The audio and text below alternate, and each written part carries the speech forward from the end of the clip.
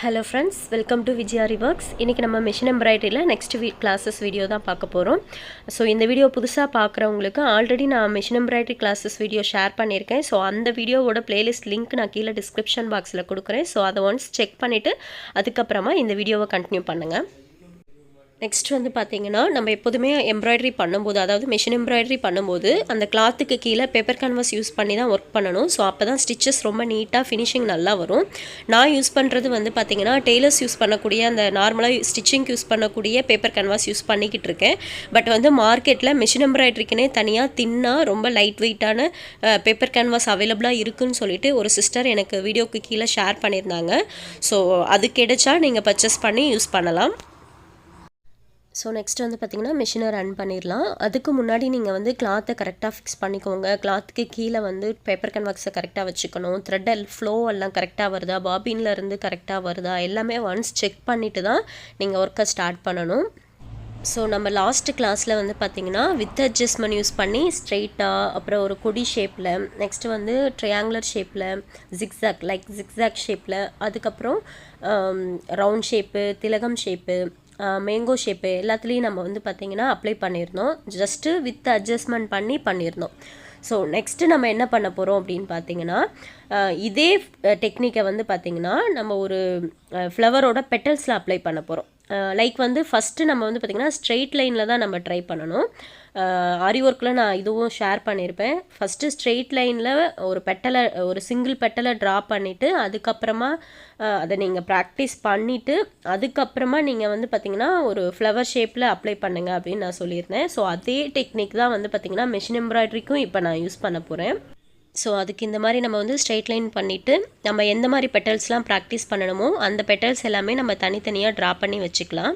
So இந்த மாதிரி draw பண்ணிவிட்டு ஃபஸ்ட்டு ஸ்ட்ரெயிட் லைனில் நம்ம இதை வந்து அந்த வித் அட்ஜஸ்ட்மெண்ட் பண்ணி அப்ளை பண்ணி ட்ரை பண்ணிவிட்டு அதுக்கப்புறமா ஒரு ஃப்ளவர் மோட்டிவில் அப்ளை பண்ணோம் அப்படின்னா நமக்கு ஃபினிஷிங் வைஸ் வந்து பார்த்திங்கன்னா நல்லா தெரிஞ்சுக்கிட்டு நம்ம அதில் அப்ளை பண்ணலாம். இல்லை நீங்கள் ஸ்ட்ரெயிட்டாக ஃப்ளவர் மோட்டிவில் அப்ளை பண்ணிங்கன்னா நமக்கு ஃபினிஷிங் அந்தளவுக்கு நல்லா வராது. ஸோ இப்போ நான் வந்து பார்த்திங்கன்னா அந்த நீடிலோட பொசிஷனுக்கு ஸ்ட்ரெயிட்டாகவே ஒரு லைன் போட்டு இந்த பெட்டல்ஸை வந்து ட்ரா பண்ணி வச்சுருக்கேன். ஸோ இப்போ அந்த நீடிலோட பொசிஷனை மாற்றாமல் நம்ம வந்து பார்த்திங்கன்னா ஃப்ரேம் மட்டும் அட்ஜஸ்ட் பண்ணி ரன்னிங் ஸ்டிச் போட்டுட்டு வரோம். ஸோ இப்போ ஃபஸ்ட்டு அந்த பெட்டலில் வெறும் ரன்னிங் ஸ்டிச் மட்டும் போட்டு ஃபினிஷ் பண்ணுங்கள். ஸோ அப்போ தான் அந்த ஃப்ரேம் அட்ஜஸ்ட்மெண்ட் அந்த பெட்டலுக்கு ஏற்ற மாதிரி உங்களால் கொண்டு வர முடியும். ஸோ இப்போ நெக்ஸ்ட்டு வந்து பார்த்திங்கன்னா வித் அட்ஜஸ்ட்மெண்ட் பண்ணி அந்த பெட்டலை வந்து நம்ம ஃபினிஷ் பண்ணலாம். அதாவது அவுட்லைன் மாதிரி அந்த திக்னஸ் ஒரு 2 mm திக்னஸில் வந்து பார்த்திங்கன்னா இப்போ நான் அந்த பெட்டல்ஸை ஃபில் பண்ணுறேன். இப்போ பாருங்கள் அந்த நீடில் ஜிக்ஸாக்காக விழுறது உங்களுக்கு நல்லா கிளியராக புரியும். ஸோ இந்த மாதிரி வந்து பார்த்திங்கன்னா நம்ம 5 mm திக்னஸ் வரைக்குமே அந்த பெட்டலோட அவுட்லைனை நம்மளால் ஃபில் பண்ண முடியும். ஸோ நெக்ஸ்ட் பெட்டலில் உங்களுக்கு வந்து இன்னும் கொஞ்சம் திக்னஸை கூட்டி ஃபில் பண்ணி காட்டுறேன் பாருங்கள். ஸோ இதுக்கும் நம்ம வந்து பார்த்திங்கன்னா ஜஸ்ட் ரன்னிங் ஸ்டிச்சில் ஸ்டார்ட் பண்ணி லைட்டாக லெக்கை ப்ரெஸ் பண்ணிங்கன்னா அந்த திக்னஸ் பாருங்கள். இப்போ ஒரு 3 to 4 mm திக்னஸில் நான் உங்களுக்கு வச்சு காட்டுறேன். ஸோ பாருங்கள் இப்போ திக்னஸ் வேரி ஆகும்போது கரெக்டாக ஃபினிஷ் ஆகுது பாருங்கள். ஸோ அவ்வளோதான். ஸோ இந்த மாதிரி தான் நம்ம கொஞ்சம் ஸ்லோவாக மூவ் பண்ணி ட்ரை பண்ணணும். ஸோ ஃபஸ்ட்டு அந்த பெட்டல் ஷேப்பில் ரன்னிங் ஸ்டிச் போட்டிங்கனாலே உங்களுக்கு ஃப்ரேம் அட்ஜஸ்ட்மெண்ட் ஓரளவுக்கு அண்டர்ஸ்டாண்ட் ஆகிடும். ஸோ அதுக்கப்புறம் நீங்கள் இந்த திக்னஸ் அப்ளை பண்ணும்போது உங்களுக்கு ஈஸியாக ஃப்ரேம் அட்ஜஸ்ட்மெண்ட் பண்ணுவீங்க. ஸோ இதிலே உங்களுக்கு நல்லா கிளியராக புரியும். 5 mm திக்னஸ் வரைக்கும் அந்த பெட்டலோட அவுட்லைன் நம்மளால் ஈஸியாக போட முடியும்.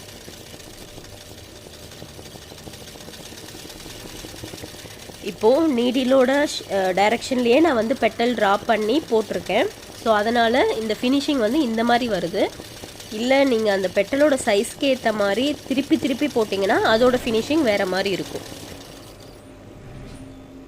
ஸோ இதில் வந்து பார்த்திங்கன்னா நான் நீடில் அந்த ஃப்ரேமோட பொசிஷன் டிசைன் எந்த ஷேப்பில் வச்சுருக்கேன் அது எல்லாமே நீங்கள் கவனிச்சுட்டு நீங்கள் லைவாக ட்ரை பண்ணும்போது தான் இதோட ஒர்க் ஃபினிஷிங் வந்து உங்களுக்கு லைவாக தெரியும். ஸோ நான் உங்களுக்கு இருந்தாலும் ஸ்டெப் பை ஸ்டெப்பை உங்களுக்கு எக்ஸ்பிளைன் பண்ணிட்டு தான் இருக்கேன். ஸோ இதை நீங்கள் ஃபாலோ பண்ணிங்கனாலே ஓரளவுக்கு ஈஸியாக வீட்டிலேருந்தே நம்மளால் மிஷின் எம்ப்ராய்டரி லேர்ன் பண்ணிக்க முடியும். ஸோ இப்போ நான் வந்து பார்த்திங்கன்னா ட்ராயிங் அதாவது அந்த பெட்டலை ட்ரா பண்ணாமலே ஆட்டோமேட்டிக்காக ஃப்ரீ ஹேண்டில் நான் வந்து இப்போ போட போகிறேன். ஸோ பாருங்கள், நல்லா உங்களுக்கு அந்த ஃபினிஷிங் அந்த ஸ்ட்ரெயிட் லைனில் போட்டு தனியாக பெட்டலை போட்டு ட்ரை பண்ண தான் உங்களுக்கு அந்த டிஃப்ரென்ஸ் தெரியும். பாருங்கள், நான் அந்த திக்னஸ் எவ்வளோ வச்சுருக்கேன், அந்த பெட்டல் முடிகிற இடத்துல எப்படி இருக்கோ, அந்த கர்வ் லைன் கிட்ட எப்படி அந்த திக்னஸ் வருது எல்லாமே உங்களுக்கு தெரியும். இந்த மாதிரி நீங்கள் டிஃப்ரெண்ட் பெட்டல் ஷேப்பில் அப்ளை பண்ணி ப்ராக்டிஸ் பண்ணுங்கள்.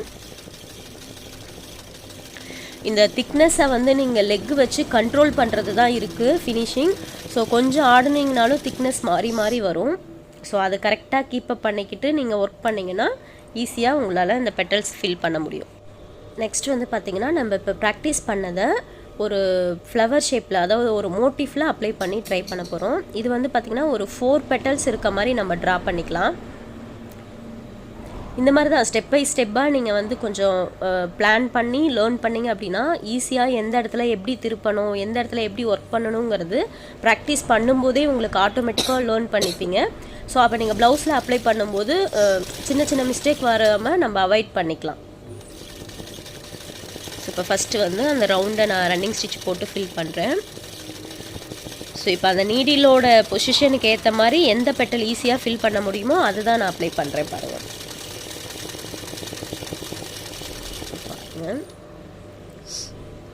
ஸோ இந்த மாதிரி இப்போ நெக்ஸ்ட் பெட்டலை ஃபில் பண்ணுறதுக்கு ஃப்ரேமை நீங்கள் ரொட்டேட் பண்ணி திருப்பணும்.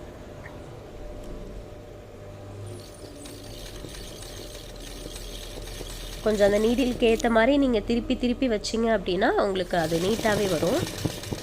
ஸோ ப்ராக்டிஸ் பண்ணும்போது கொஞ்சம் அங்கங்கே மிஸ்டேக் வரதான் செய்யும். அப்போ நீங்கள் ரெகுலராக ப்ராக்டிஸ் பண்ணிங்கன்னா நல்லா வந்துடும்.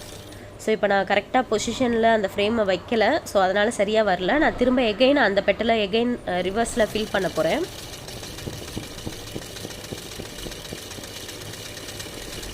இப்போ பாருங்கள், நல்லா ஃபினிஷிங் வரும். ஸோ நீங்கள் எதாவது மிஸ்டேக் பண்ணிங்கன்னா கூட, சரியாக ஸ்டிச்சஸ் வரலனா கூட எகைன் நீங்கள் அது மேலேயே ஃபில் பண்ணிக்கலாம். ஸோ இப்போ நான் ஒவ்வொரு பெட்டலுக்கும் பாருங்கள் ஃப்ரேமை திருப்பி வச்சு ஸ்டிச்சஸ் பண்ணுறேன். நீடில் வந்து ஒரே இடத்துல தான் இருக்கும். நம்ம தான் வந்து ஃப்ரேமை அட்ஜஸ்ட் பண்ணி அந்த பெட்டல்ஸ்க்கு ஏற்ற மாதிரி ஃப்ரேமை திருப்பி வச்சு அந்த ட்ராயிங்க்கு ஏற்ற மாதிரி வச்சு நம்ம தான் ஃபில்லிங்ஸ் பண்ணணும். ஸோ ஸ்லோவாக மூவ் பண்ணுங்கள், அப்போ தான் அந்த ஸ்டிச்சஸ் நெருக்கமாக வரும்போது ஃபினிஷிங் அழகாக கிடைக்கும். ஸோ இந்த மாதிரி ஃபஸ்ட்டு 4 பெட்டலில் ட்ரை பண்ணுங்கள், அதுக்கப்புறம் 5 பெட்டல் ட்ரா பண்ணி ட்ரை பண்ணுங்கள். ஸோ இந்த மாதிரி கொஞ்சமாக நம்ம மூவ் பண்ணி போகும்போது தான் எந்த இடத்துல எப்படி திருப்பணும் அப்படிங்கிறது எல்லாமே உங்களுக்கு நல்லா அண்டர்ஸ்டாண்ட் ஆகும். ஸோ இவ்வளோ தான். இப்போ 4 பெட்டல்ஸை ஃபில் பண்ணுறது உங்களுக்கு ஓரளவுக்கு அண்டர்ஸ்டாண்ட் ஆகிருக்கும். இப்போ நெக்ஸ்ட்டு மிடில் இருக்க ரவுண்டுக்கு அப்படியே ஒரு 2 mm திக்னஸில் வந்து அப்படியே ரவுண்டு ஷேப்பில் நீங்கள் அந்த லோடிங் அப்ளை பண்ணி ஃபில் பண்ணிக்கலாம்.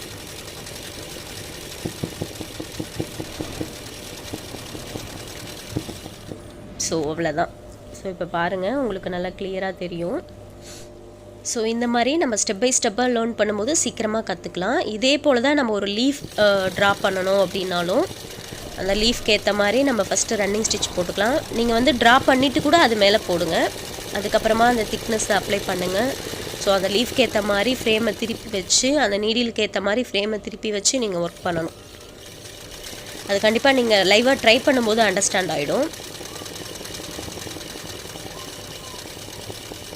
ஸோ இப்போ பாருங்கள், அந்த லீஃப் எவ்வளோ அழகாக நான் ஃபினிஷ் பண்ணியிருக்கேன்னு பாருங்கள்.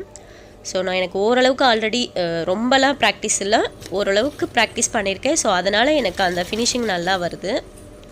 ஸோ இதே போல் தான் அந்த குட்டி லீஃப் எல்லாம் ஃபில் பண்ணுறது, ஒரு மாதிரி ஒரு மொட்டுக்காய் மாதிரிலாம் நம்ம ட்ரை பண்ணுறது. ஸோ இதெல்லாமே கொஞ்சம் டைம் எடுக்கும் ஃபினிஷிங் வரதுக்கு.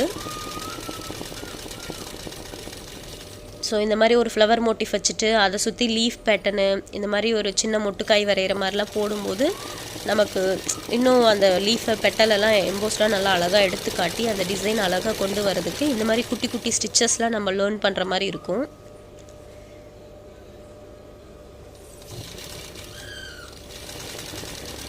ஸோ இதுக்கு கொஞ்சம் ப்ராக்டிஸ் தேவைப்படும். ஸோ இதுக்கு தனியாக நான் உங்களுக்கு ஒரு செஷன் சொல்கிறேன், எப்படி அதை அட்ஜஸ்ட்மெண்ட் பண்ணி கொண்டு வரதுன்னு சொல்லிட்டு. ஸோ ஒரு டைம் போகும்போது உங்களால் கரெக்டாக ஸ்டிச்சஸ் பண்ணி கொண்டு போக முடியலன்னா நீங்கள் வந்து திரும்ப எகைன் அது மேலேயே திரும்பவும் ஸ்டிச்சஸ் போடலாம். திரும்பவும் போட்டால் நீங்கள் வந்து எங்கே மிஸ்டேக் ஆகுமோ அப்படின்லாம் நினைக்க வேண்டாம். ஃபினிஷிங் வைஸ் வந்து பார்த்திங்கன்னா நல்லா தான் வரும். அதை பிரிச்சுக்கிட்டு இருக்க வேண்டாம், நீங்கள் அது மேலேயே கூட ஒர்க் பண்ணலாம். ஸோ இப்போ பாருங்கள், இந்த மாதிரி தான் நம்ம ஸ்டெப் பை ஸ்டெப்பாக ப்ராக்டிஸ் பண்ணிக்கிட்டே வரணும்.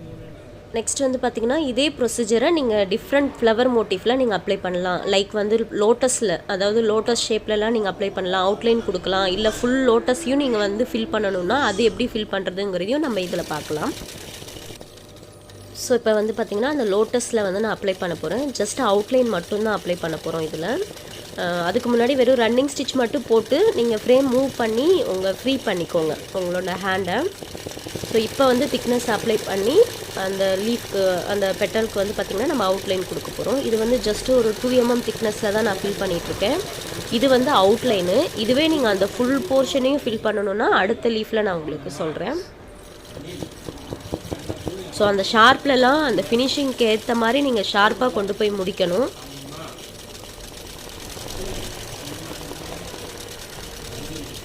ஸ்லோவாக ரன் பண்ணுங்கள், அப்போ தான் உங்களால் அந்த இடத்த அண்டர்ஸ்டாண்ட் பண்ணி மூவ் பண்ண முடியும். நீங்கள் கையும் அட்ஜஸ்ட் பண்ணணும், காலும் நீங்கள் அழுத்தணும். அந்த வித்தை வந்து அட்ஜஸ்ட்மெண்ட் பண்ணுறதுக்கு லெக்கையும் நீங்கள் அந்த தொடையையும் அழுத்தி பிடிக்கணும். ஸோ இதுக்கு கொஞ்சம் ஆரம்பத்தில் கன்ஃபியூஷன் ஆகும். ஒன்று பண்ணுவீங்க, ஒன்று விட்டுருவீங்க. பட் அது ரெகுலராக பண்ண பண்ண கண்டிப்பாக இந்த அண்டர்ஸ்டாண்டிங் உங்களுக்கு நல்லா ஃபினிஷிங் நீட்டாக வந்துடும்.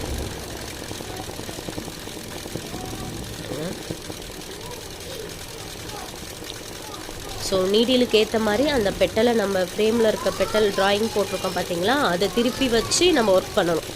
நீடில் ஒரே இடத்துல தான் இருக்கும், நம்ம தான் ஃப்ரேமை அட்ஜஸ்ட் பண்ணணும். திரும்ப திரும்ப சொல்லிக்கிட்டே இருக்கேன். ஸோ இப்போ பாருங்கள் இவ்வளோ நீட்டாக வந்திருக்கு. இதெல்லாம் அவுட்லைன் கொடுத்துட்டு உள்ளே நம்ம வேறு கலர் சில்க் த்ரெட் யூஸ் பண்ணி ஃபில்லிங்ஸ் பண்ணிக்கலாம். இப்போ நெக்ஸ்ட் லீஃபில் வந்து பார்த்திங்கன்னா நான் அந்த லீஃபை ஃபுல்லாக அடைச்சி ஃபில் பண்ண போகிறேன். அவுட்லைன் கொடுக்கல, ஃபுல்லாக உள்ளே அடைச்சி ஃபில் பண்ண போகிறேன். ஸோ இது வந்து 5 mm திக்னஸ் யூஸ் பண்ணி மேக்ஸிமம் அந்த அளவுக்கு நம்மளால் இந்த திக்னஸ் யூஸ் பண்ணி ஃபில் பண்ண முடியும். ஸோ இப்போ பாருங்கள். ஸோ இந்த மாதிரியும் ஃபில் பண்ணலாம், அவுட்லைனும் போடலாம். ஸோ இடத்துக்கு ஏற்ற மாதிரி நமக்கு தேவைக்கு ஏற்ற மாதிரி நம்ம ஃபில்லிங்ஸ் எப்படி பண்ணணுமோ அதை எல்லாமே நான் உங்களுக்கு ஸ்டெப் பை ஸ்டெப்பாக அடுத்தடுத்த வீடியோவில் நான் உங்களுக்கு ஷேர் பண்ணுறேன். ஸோ இப்போ நான் வந்து ஜரியை யூஸ் பண்ணியே அந்த லோட்டஸ்க்குள்ளே வந்து ஃபில்லிங்ஸ் பண்ணுறேன் பாருங்கள். ஜஸ்ட்டு ரன்னிங் ஸ்டிச் மட்டும் யூஸ் பண்ணி ஃபில்லிங்ஸ் பண்ணுறேன்.